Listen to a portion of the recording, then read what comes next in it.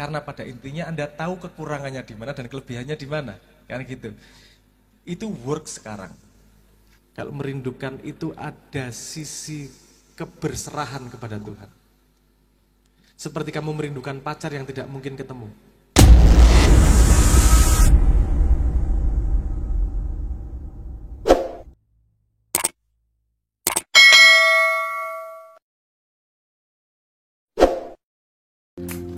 Teringat ku teringat, pada janjimu ku terikat.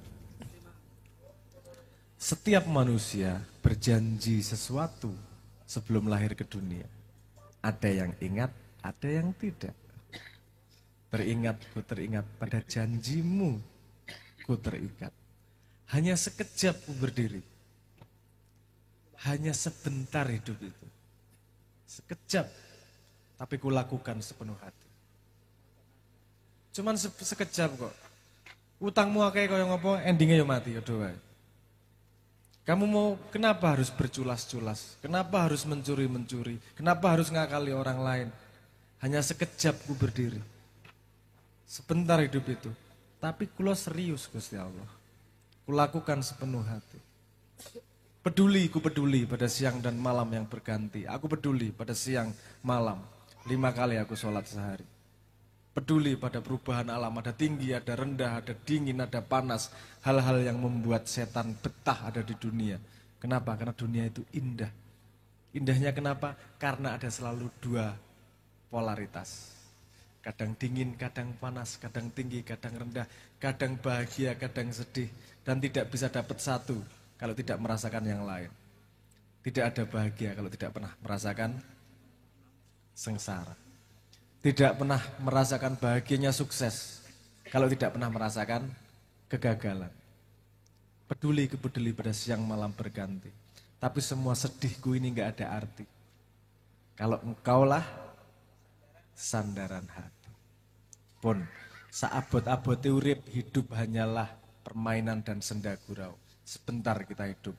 Kalau sebentar sekalian total. Nek wani ngelakoni ojo wedi-wedi. Nek wedi nglakoni aja wani-wani. Wis kadung urip sisan total.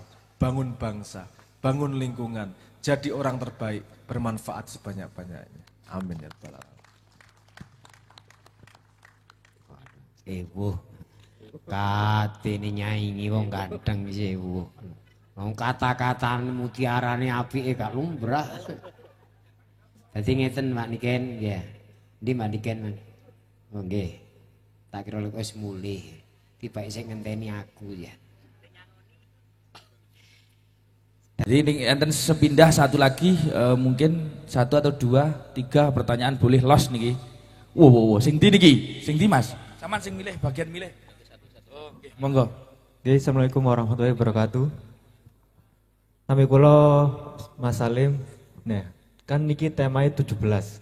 Nah, wau pun dibuka kali Gus Abrang dari 1 sampai 100 ada berapa angka 9. Nah, kita sadari di Jawa itu ada angka-angka yang disebutnya berbeda.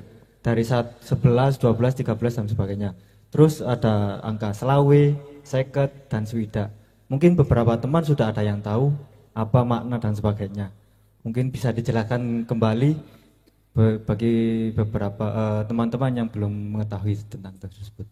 Ya baik, terima kasih. Mungkin tadi pertanyaan di satu Jawa itu ada angka yang itu loh Gus, selikur, likur sampai selawe dan seket, swidak. Itu ada step by stepnya, mungkin nanti bisa dijelaskan oleh Gus Sabrang. Dan ada satu lagi mungkin dari Masnya. Nopo? Niki, Mas. Panitia sing dia aku. Gantian. Samar ini Mas. Monggo Mas. Antri mawon mboten napa-napa. Los niki Mas Abrang kali Gus. Ki embun niki. Los. Assalamualaikum warahmatullahi wabarakatuh. Mas Abrang, saya mau tanya. Saya SMP dulu pernah nemu buku. Saya kebetulan mau di Tebireng dulu. Nemu buku kakak kelas saya itu bukunya Rasputin. Itu ada kalimat itu berdosa untuk membayar dosa. Nah, itu sempat saya pakai pedoman buat itu. Jadi ketika saya merasa hidup saya ini udah baik, saya nyoba melakukan dosa. Nah, ketika saya melakukan dosa itu, kedepannya saya ini melakukan kebaikan itu semakin khusyuk. Semisal saya melakukan dosa, lalu saya sholat, dan pada sholat itu saya merasa sangat khusyuk, membayangkan bahwa saya itu sangat berdosa dan menghamba. Terus berhubungan dengan niat tadi yang Mas Abrang jelaskan, bagaimana kalau saya berniat melakukan hal buruk untuk memberikan keindahan di kebaikan yang saya lakukan di depannya. Jadi saya semisal mabuk semisal ya, buat ketika saya sadar itu saya semakin bertobat dan saya semakin khusyuk dalam ibadah saya. Itu seperti itu. Terima kasih. Ya, terima kasih untuk oleh Mas siapa tadi? Mas Lejar. Ya, terima kasih Mas Lejar. Pertanyaan yang sangat filosofis sekali, berdosa untuk membayar dosa. Dan ini mungkin saya sebagai moderator untuk memfilter ya pertanyaan ini, karena di sini ada lintas generasi, mungkin Mas Lejar bisa nanti kediskusian untuk Mas Abrang. Mungkin nanti Mas Abrang bisa menjelaskan secara mudah dan difahami, karena untuk kita dan teman-teman gini mungkin ada adik-adik yang belum tidur mungkin, jadi berdengko moro-moro mulih, moro-moro jak mendem kancane repot mungkin. Mungkin itu. Mungkin ada lagi satu lagi dari Mas siapa? Monggo. Bismillahirrahmanirrahim. Assalamualaikum warahmatullahi wabarakatuh. Terima kasih sebelumnya, perkenalkan nama saya Arifin. Saya dari sini juga Banjarjo, cuma RT 34. Apresiasi kepada RT 17 yang bisa mengadakan acara semeriah dan semoga ini. Tepuk tangan Bapak Ibu semuanya. Mudah-mudahan RT 34 juga bisa mengadakan acara seperti ini juga. Nanti saya ajak teman-teman RT 34 untuk studi banding ya. RT 17. Mohon izin tanya Gus, saya tertarik menanyakan, tadi sudah disinggung oleh Kiai Embun terkait tujuan diciptakan manusia ya. Wa ma khalaqtul jinna wal insa illa liya'budun. Pertanyaan saya, ya budun yang seperti apa ini yang bisa membuat kita manusia itu digaransi bahwasanya dengan ibadah tersebut Anda pasti akan masuk surga. Padahal kita juga pernah dengar mungkin ya perkataan terkait bahwasanya kita masuk surga itu bukan karena ibadah kita, tapi karena Rahman Rahimnya Gusti Allah kan gitu. Ini kan seakan menjadi seperti anomali kepercayaan Gus nih. Jadi kita seharusnya seperti apa, ibadah yang seperti apa ngoten loh. Kadang dari pernyataan yang karena Rahman Rahim itu tadi masuk surga, kadang ada manusia yang lebih memilih saya tenang-tenang aja lah. Opo cari Gusti Allah kan juga Rahman Rahim. Jadi saya nggak mau ibadah, toh nanti insya Allah juga masuk surga, kan gitu. Jadi mohon arahannya, terima kasih. Ya, terima kasih oleh Mas siapa? Mas Arifin. Cocok dengan namanya Arifin, orangnya Arif ya mungkin. Jadi pertanyaannya illa liya'budun atau illa liya'budun itu maksud dari illa liya'budun yang seperti apa, secara tasawufi, secara sufistik itu gimana? Sedangkan untuk masuk surganya Allah itu dengan Rahman Rahimnya, bukan dengan dalam tanda kutip bukan dengan ibadahnya. Ya memang bukan ibadahnya mungkin gitu. Nanti bisa dijawab oleh Kiai Imbun atau Mas Abrang. Ya satu lagi untuk Mas siapa? Monggo. Terakhir nggih. Oh, terakhir. Bismillahirrahmanirrahim. Assalamualaikum warahmatullahi wabarakatuh. Perkenalkan, nama saya Fakih dari RT sini. Kebetulan nggih panitia mriki Gus. Ngapunten saderenge nggih pertanyaan ini pun kalau siap nih jauh-jauh hari kalau catat wedi kesupen. Selama ini yang saya lakukan adalah mengeksistensikan agama bukan Tuhan. Sholatku karena kewajiban dan pahalaku, puasaku karena maluku, zikirku karena hajatku, sedekahku untuk memuaskan ambisiku. Jadi sebagai manusia, terutama saya sendiri, saya itu lupa diri. Kalau bukan karena Tuhan, nggak mungkin saya ada. Jadi, tapi kenapa saya kok tidak bisa mengeksistensikan Tuhan? Jadi menawi enten saran kali saking panjenengan supados kula niku saged mengena keberadaane Tuhan niku dos pundi Gus. Ngapunten saderenge matur mbah nuwun. Assalamualaikum warahmatullahi wabarakatuh. Tepuk tangan untuk Mas Mas panitia nggo kalung. Nggih. Setunggal malih, monggo. Sing pertama. Monggo Mas. Assalamualaikum Mas Sabrang. Saya Azril dari Kota Malang. Yang saya ada 3 pertanyaan ini. Yang satu. Yang pertama, gimana sih caranya mencari info Mayan di Malang? Nah, itu satu Mas. Yang kedua, gimana sih Mas cara mencari hakikatnya Tuhan di dalam kehidupan kita yang masih usia remaja tapi ingin mencari hakikatnya Tuhan itu? Dan gimana sih Mas caranya mencari terharunya Tuhan kepada diri saya sendiri yang masih umur remaja? Dan yang ketiga, mungkin teman-teman juga ingin tanya ini Mas, gimana kabarnya Simba Mas? Terima kasih Mas. Assalamualaikum warahmatullahi wabarakatuh. Waalaikumsalam. Nggih, terima kasih Mas. Ya, mungkin langsung dijawab yang terakhir tadi Mas Sabrang, Gus Sabrang. Gimana kabarnya Simbah? Langsung dijawab mawon. Pandunganipun. Kabarnya Simbah sesuai yang Tuhan maksudkan untuk beliau. Yang bisa kita lakukan adalah mendoakan semoga Simbah tetap istiqomah menjalankan yang Tuhan maksudkan kepada beliau. Ngoten nggih? Ini saya tidak akan ngomongin tentang teknis-teknis keadaannya gimana dan seterusnya, itu ukuran kita. Simbah, semua manusia itu perjalanannya dengan Tuhannya. Jadi yang terbaik untuk beliau adalah yang Tuhan maksudkan. Seperti itu. Mungkin kita kangen apa meneh aku ya, kangen. Tapi Tuhan punya perjalanan mesranya dengan Simbah dan dengan saya. Pun yang bisa kita lakukan adalah pandungan. Semoga Simbah tetap hadir di antara kita. Karena kehadiran makhluk tidak hanya pada fisiknya.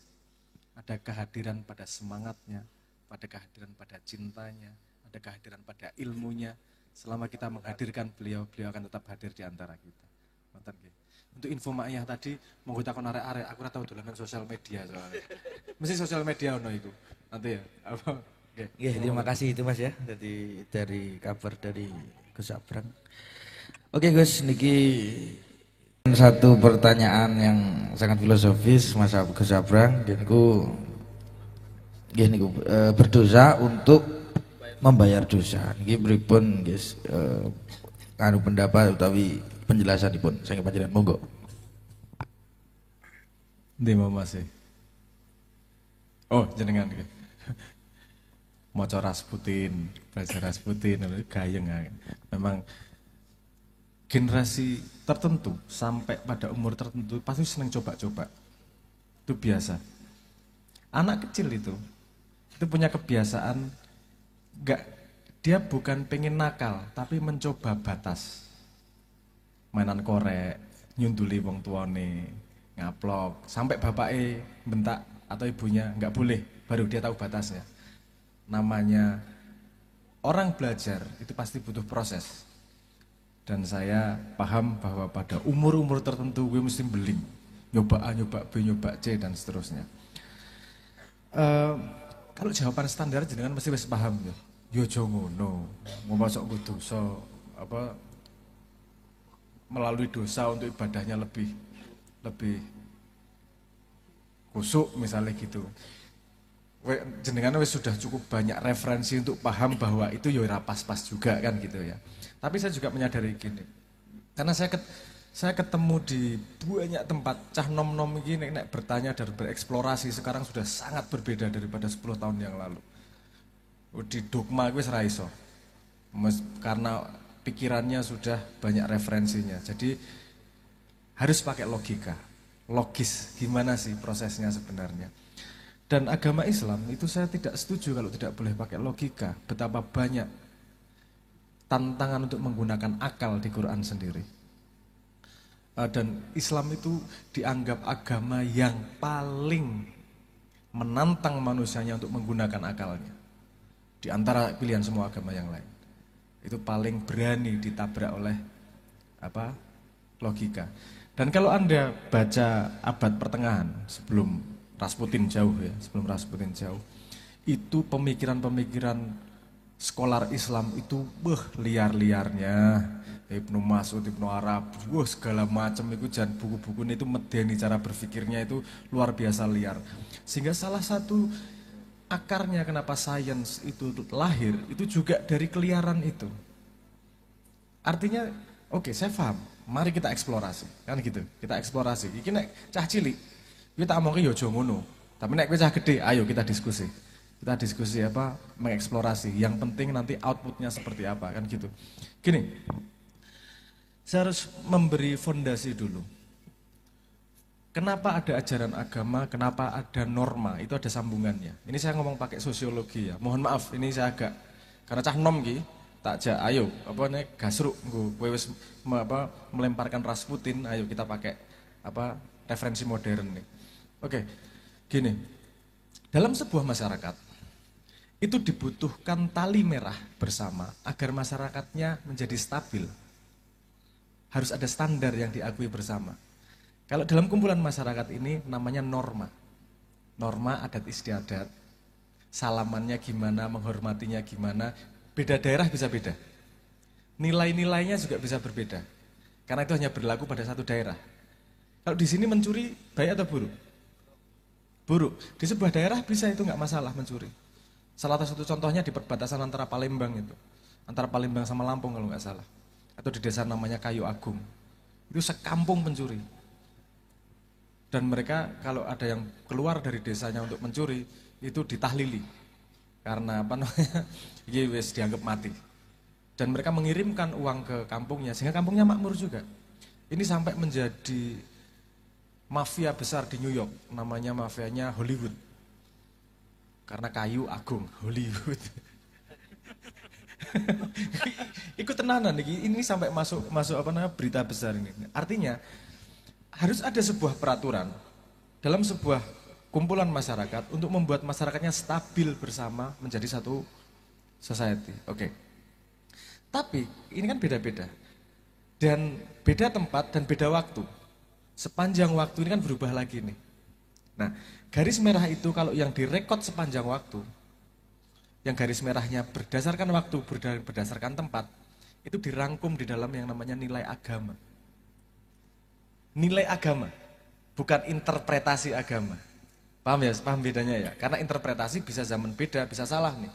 Tapi kalau nilai agama, pasti berlaku universal. Mau dari zaman Nabi Adam, sampai nanti akhir zaman, dia berlaku terus menerus. Karena sifatnya nilai, sifatnya bukan implementatif, sifatnya masih nilai, harus diterjemahkan pada keadaan saat itu baru kemudian menjadi implementasi. Oke, gunanya apa sih garis merah ini? Agar kita punya pegangan ketika kita tidak tahu dan ketika kita tidak waras akalnya. Paham maksud saya? Gini, contohnya gini. Anda pernah ngerasain patah hati? Otakmu ora waras mesti. Opo wae salah. Wah, gimana kamu biar menjadi waras kembali? Mau tidak mau kamu taklid atau patuh kepada nilai yang universal itu tadi. Kenapa? Itu untuk menjagamu agar tidak terjerumus lebih jauh. Gitu ya, paham maksud saya? Artinya ada gunanya garis merah nilai ini. Kamu eksplorasi boleh, tapi jangan lupa selalu pegangan sama nilai yang universal ini. Karena itu gunanya ketika Anda sudah terlalu jauh, sudah kehilangan akal, sudah koyok mau waras itu tadi, entah jatuh cinta, entah mabuk dan seterusnya, sudah kehilangan akalnya, kamu udah gak bisa berpikir secara objektif. Dan temenmu gak ada yang ngasih tahu gimana, temenmu pasti memberi advice seperti nilai yang berlaku universal. Nah, nilai universal itu hanya berlaku sebagai pegangan, karena setiap orang pasti punya uniqueness-nya sendiri. Mungkin Anda tipe yang berani untuk mencoba nih, Rasputin. Tapi jangan lupa selalu pegangan pada nilai. Melanggar nggak ya ini? Melanggar nggak ya ini? Kan gitu. Karena itu ketika sapinya, bayangkan Anda seperti seorang sapi yang terpancang pada tiang. Kalau talinya lepas, Anda hilang nggak bisa balik lagi. Eksplorasi boleh, tapi jangan lupa pegangan tiangnya. Paham maksud saya? Karena kalau dihalangi sama sekali nggak boleh bereksplorasi, justru dia akan menjadi pemberontak. Ini banyak ateis zaman sekarang nih anak-anak muda. Ini bukan karena mereka pengen ateis, tapi karena mereka tidak boleh eksplorasi sama generasi sebelumnya. Ketika bertanya ini gimana sih logikanya, malah udah tah kenapa banyak bertanya. Percaya wae lah. Itu justru jadi pemberontak nanti. Justru keluar dari agama dia. Karena dia pengen mengetahui lebih jauh. Gurunya tidak bisa menjawab dan ditabrak dengan dogma. Nah, itu dangerous. Nah, karena pada umur Anda sudah tahu yang namanya sebab akibat. Artinya Anda sedang mengalami sebab akibat. Anda mengalami sebuah proses. Proses Anda eksplorasi lewat Rasputin mungkin works pada waktu yang pendek. Tapi ketika Anda ngeksplor lebih lanjut, nanti Anda bosan juga dengan proses itu kok. Masuk gini-gini aja. Gimana sih, ada yang lebih efektif nggak sih sebenarnya? Karena pada intinya Anda tahu kekurangannya di mana dan kelebihannya di mana. Kan gitu. Itu works sekarang. Menurut saya gini, kalau Anda mau eksplorasi, monggo. Tapi Anda jangan lupa ada sebab akibat dari semua perilaku yang kamu lakukan. Ngono ya? Dan jangan lupa, jangan pernah lepas dari tiang yang memancang kamu itu. Karena, paham maksud saya? Karena biar kamu gak terlalu lepas nih. Eksplorasi gak apa-apa, tapi jangan lupa kembali lagi ke sana nih. Pegangan tuh yang itu. Karena efeknya bisa irreversible, efeknya tidak bisa dikembalikan kalau kamu putus dari talinya itu tadi. Eksplorasi monggo, aku yo parah biar eksplorasi nih. Aku belajar hampir semua agama itu. Pengen tahu frameworknya gimana sih, cara berpikirnya seperti apa sih. Karena saya tidak pilih Islam itu memilih atau tidak, itu kan pertanyaan saya dulu. Kalau saya memilih, saya harus tahu pilihan lain dong. Untuk memastikan bahwa Islam yang terbaik. Misalnya ada prasmanan, ada orang ngomong paling enak itu loh. Kamu pengen nyobain yang lain nggak? Pengen nyobain, mungkin kalau orang tua nggak tahan. Yang sudah mapan ya, karena dia sudah pernah merasakan pilihan semua. Dan pengen anaknya, udah nggak usah toh, itu aja, itu yang paling baik. Padahal si anak butuh proses untuk melakukan selip-selip, menyobain kanan kiri, dan seterusnya. Karena itu proses belajar di situ. Karena ilmu datang dari hikmah. Warzukni fahma, pemahaman itu rezeki. Dan biasanya kita mencari mendapatkan hikmah itu dari kejadian buruk. Kejadian baik tidak kita cari hikmahnya. Kalau kamu nabrak kejadian buruk, sedih, yaudah kita cari hikmahnya. Pintu ilmu itu datangnya dari kegagalan. Pintu ilmu datangnya dari kesusahan. Kamu coba, nanti suatu saat pasti akan mentok. Asal kamu tidak lepas dari tiangnya. Dan jangan percaya omongan saya. Nanti kamu ke doktrin lagi sama saya. Saya cuma ngomong framework cara kerjanya. Itu perjalanan Anda akan sangat menarik. Dan menurut saya setiap orang punya perjalanan uniknya. Karena kenapa Tuhan menciptakan menciptakan banyak orang ketika perjalanannya sama? Nanti ketika kita meninggal, perjalanan hidup kita akan dikumpulkan di perpustakaan Tuhan sebagai, katakanlah ya, ini sudah dianggap tenanan ya, ini analogi. Setiap manusia pengalamannya dicatat sebagai buku perjalanan si jenengan di perpustakaan Tuhan. Hidup ini apa sih? Menulis cerita terindah buat Tuhan. Minat dulu mati ilan nur. Dari perjalanan kemana menuju kemana dan kembalinya kepada Tuhan lagi. Tulis perjalanan seindah mungkin. Tapi jangan buat sad ending. Buatnya happy ending. Karena sad ending gak ada yang mau nonton.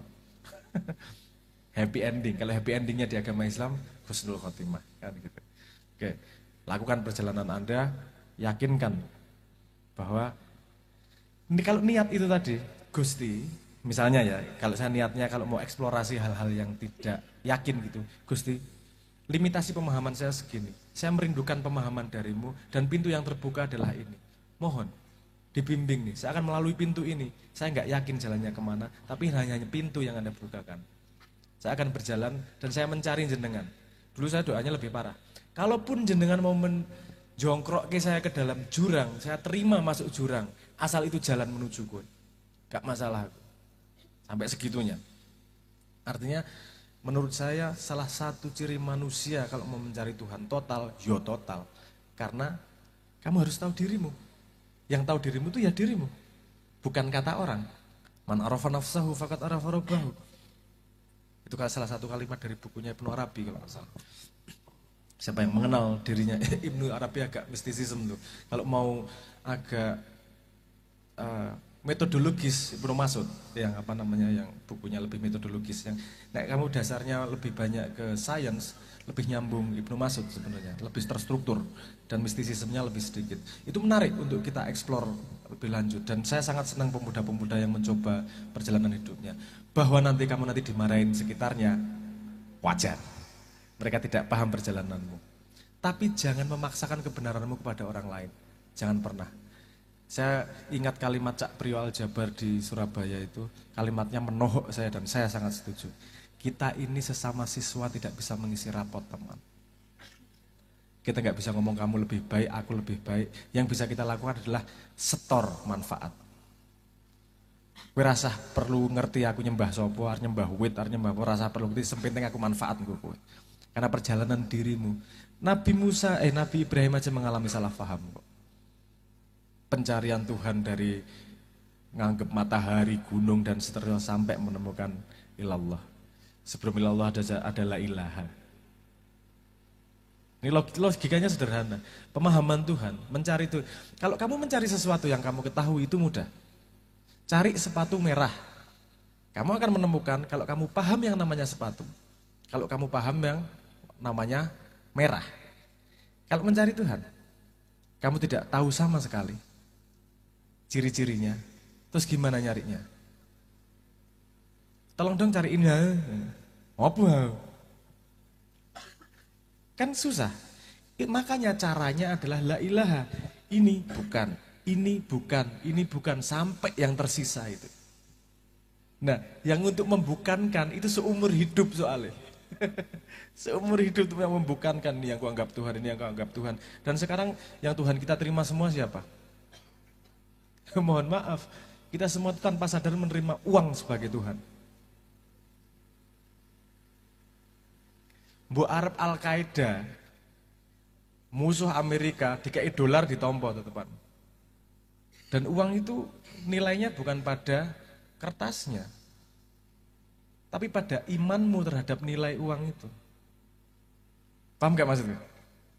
Kalau emas ada berharga atau tidak? Berharga ya. Kalau uang kan kertas. Kenapa dia berharga? Karena kita semua percaya bahwa dia berharga. Anda pindah negara sedikit ke Malaysia, duitmu juga nggak berharga. Karena kepercayaan mereka berbeda. Nah gitu-gitu perlu dianalisis ya. Nyon sewu, aku ngajak skeptis dan ngajak pakai logika karena sama teman-teman muda yang lagi eksplorasi. Saya tidak pengen membunuh apimu. Ya, ini perjalananmu untuk mencari kesejatian gitu. Arep Rasputin jos wis. Wis kuatrin apa? Nek kancane Rasputin sing lawas kuwi. Kuatrin itu. Wis sekolah kapan-kapan. Aku rodok lali apa jenenge narasi-narasi Rusia itu. Saya baru awal tahun ini dipanggil ke Rusia untuk membicarakan beberapa hal lah, itu hal yang lain. Oke, gitu ya, sip ya, aman ya. Wis jos. Yang penting aja lali, kamu tetap ditali sama tiang. Itu aja. Berikutnya. Ya terima kasih untuk Mas Abrang. Berikutnya hakikat Tuhan. Hakikat Tuhan tadi Mas Abrang. Hakikat Tuhan yang terakhir Masnya tadi. Yang baju merah. Hakikatnya untuk mencari pengalaman dalam diri seorang remaja. Untuk mencari eksistensinya ketuhanan Masnya tadi. Masalah aku lagi kelingan aku ketika jenengan ngomong Rusia. Ini Syekh Imron sedang di Indonesia ini. Saya ketika ke Rusia ketemu dengan Syekh Imron, salah satu Syekh dari Trinidad Tobago kalau nggak salah. Iya, Trinidad Tobago. Beliau mendalami ilmu eskatologi, ilmu tentang hari akhir, kiamat. Ini dari sampai tanggal 21 kemarin di Jember beliau dan saya belum sempat nemoni. Sorry, aku tadi kelingan ini tadi ketika jenengan ngomong Rusia itu. Saya akan merespon berdosa udah ya. Ibadah apa yang pasti masuk surga? Tadi pertanyaan. Ya, Mas. Jenengan ya? Ya. Ibadah apa yang pasti masuk surga? Gak ono, Mas. Dan Anda hidup dengan kepastian, itu bukan permainan. Dan kalau Anda sudah pasti, Anda tidak akan menikmati hidup. Enak, hidup itu enaknya deg-degan nih. Saya tanya, ketika Anda naik kereta, sama naik bis yang supirnya ugal-ugalan, wiritannya banyak mana? Hah? Naik ugal-ugalan ya. Kenapa? Karena kamu tidak pasti keselamatannya. Justru ketidakpastian itu bisa membawamu lebih dekat kepada Tuhan. Pernah kok di sebuah zaman, ini cerita anggap cerita anggap cerita fabel ya, jangan dianggap beneran. Pernah suatu zaman, ada zaman di sebelum Adam yang ini, ini cerita-cerita pekok ya jadi anggap apa seni tenanan. Ini manusia lahir tidak dengan lupa. Maksudnya kamu kan lahir dengan lupa. Kamu tidak tahu perjanjianmu, kamu tidak tahu disuruh ngapain, kamu tidak ingat apapun. Kenapa? Karena kalau kamu lahir ingat semua perjanjian perjalanan harus gimana, hidupnya nggak serius. Udah tahu kok, alah ntar gini juga, ngapain? Apa ngotot-ngotot, santai aja. Justru ketika lupa, kamu jadi mau mencari. Dan sebenarnya ilmu datang dari ketika kamu mencari. Artinya jangan adu ibadah sama Tuhan. Jangan adu baik buruk sama Tuhan. Yang bisa kita harapkan Tuhan adalah terharu. Karena kalau standarnya semua manusia sama, Tuhan tidak adil. Ada yang dari lahir di pesantren. Ada yang lahirnya di desa Kayu Agung, Maling itu tadi. Itu yang dianggap bagus kalau sama. Kasihan nih yang dari kecil lahir di desa Maling ini. Di desa Maling ini ada adzan dia berhenti minum bir, itu lumayan.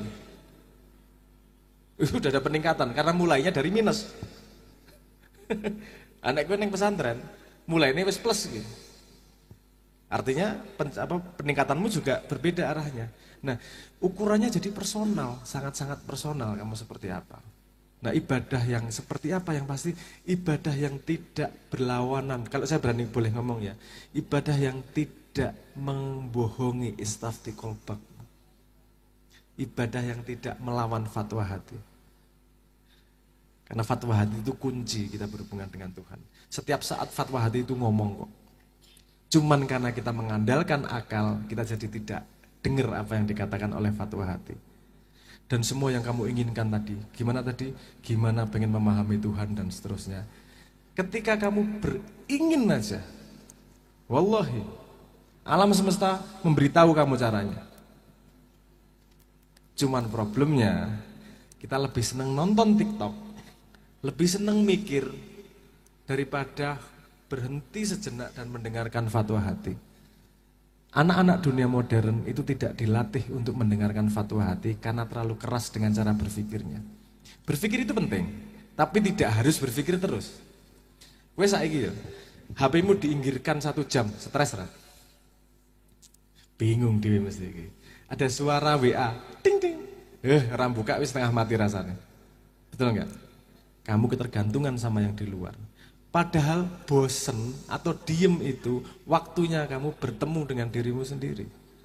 Kalau kamu nggak pernah bertemu dengan dirimu sendiri, gimana kamu bisa menemukan siapa dirimu? Padahal Tuhan hadir pada dirimu sejak lahir. Memberitahu tanpa henti arahmu kemana. Kamu merindukan sesuatu langsung dikasih tahu jalannya seperti apa. Kamu pengen ilmu langsung dikasih ilmunya, mohon maaf. Pemahaman saya seperti itu. Warzuqni fahma. Gimana caranya itu tadi? Syarat pertamanya merindukan, bukan menginginkan. Beda ya. Ini bahasa Indonesia agak susah ini memang memberi kosakata yang benar. Merindukan sama menginginkan itu beda.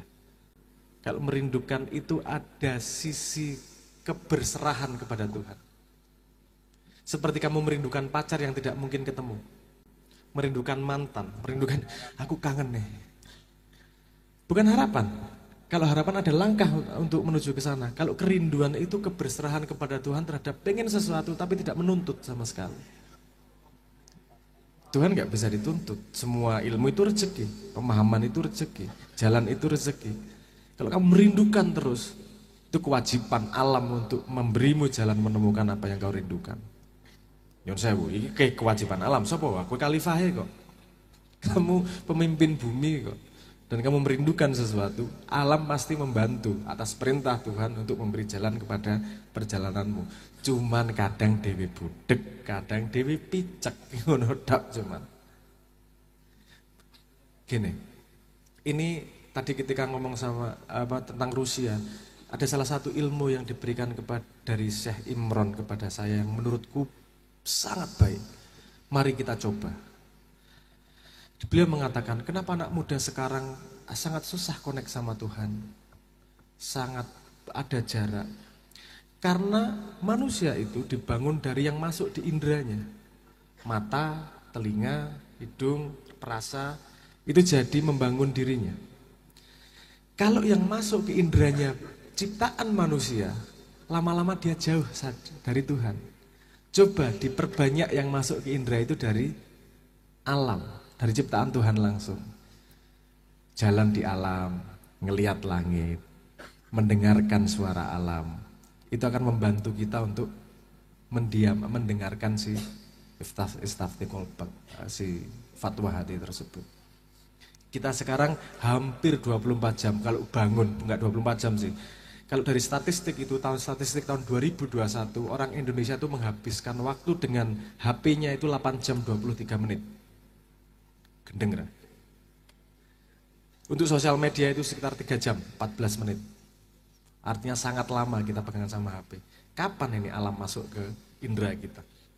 Tadi yang punya anak, mungkin YouTube bisa diemin anakmu untuk nangis.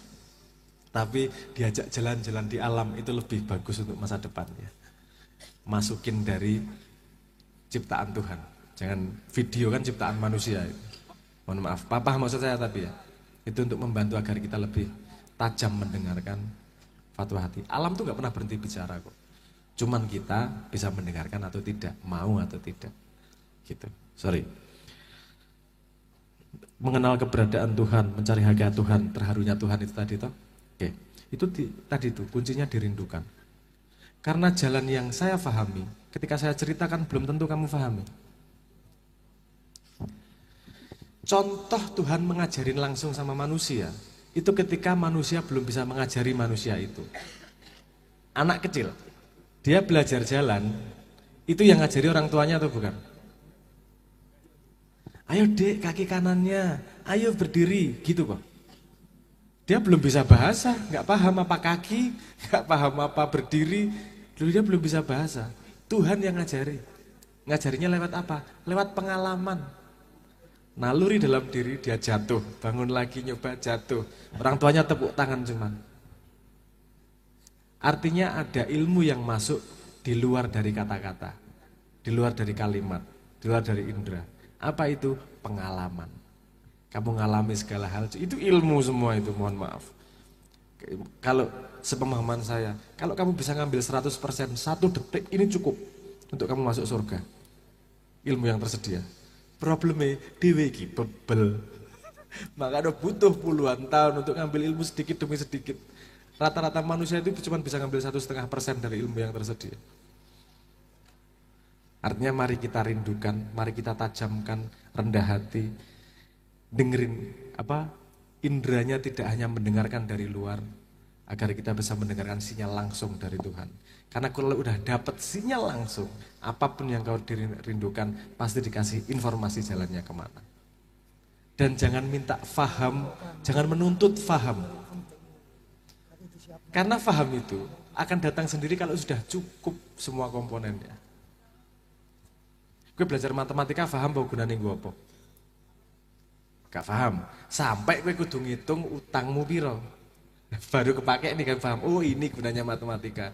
Nah, ketika mengalami itu kita ngumpulin. Fahamnya nanti suatu hari. Warzukni fahma. Manut sama perjalanan Tuhan. Manut gimana? Terus kita nggak boleh ngapa-ngapain. Sangat boleh ngapa-ngapain.